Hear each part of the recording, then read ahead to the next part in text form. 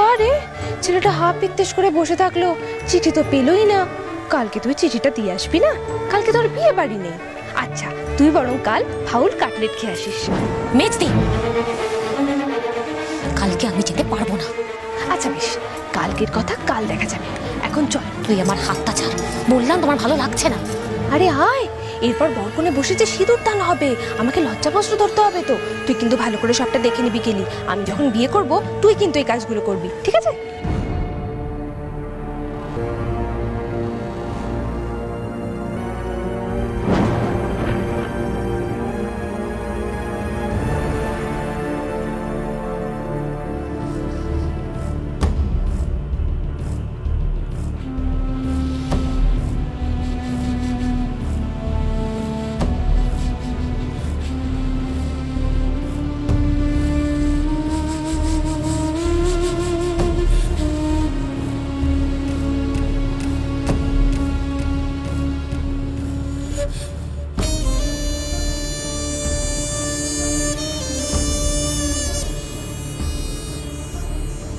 আমার ভালো লাগছে না, আমার হাতটা ছাড়, আমি ঘুরে চললাম। ভুল করে ওই কাজ করিস না, ঠাকুমা কিন্তু ওত পেতে বসে আছে, তোকে একা পেলে খপ করে ধরবে। আমি অনেকগুলো গুল মেরেছি তো, তারপর যদি ক্রস চেক করে তুই তো ফাঁসবি, সাথে আমিও ফাঁসবো। বললাম তো আমার ভালো লাগছে না। না লাগলেও এখানেই থাক, কিছু করার নেই। দিদিকে দেখ কিরকম লাজুক লাজুক মুখ করে বরের দিকে তাকাচ্ছে, দেখ। বরটা কাঁড়ি কাঁড়ি পণ নিয়ে বাবাকে একেবারে ফতুর করে দিল, তাও ওর প্রেম একেবারে উথলে উঠেছে। ন্যাকা, দেখলে গপিতিটা জ্বলে যায়। তুই বা কম কি, পাড়ায় পার্কে এক একটা করে প্রেমিক রেখে দিয়েছিস, তুইও বাবাকে ফতুর করবি, টাকায় না সম্মানে। অমন করে বলিস না। দেখ, সব ছেলে যদি এখন আমাকে দেখে পাগল হয়ে যায়, আমি কি করব বল?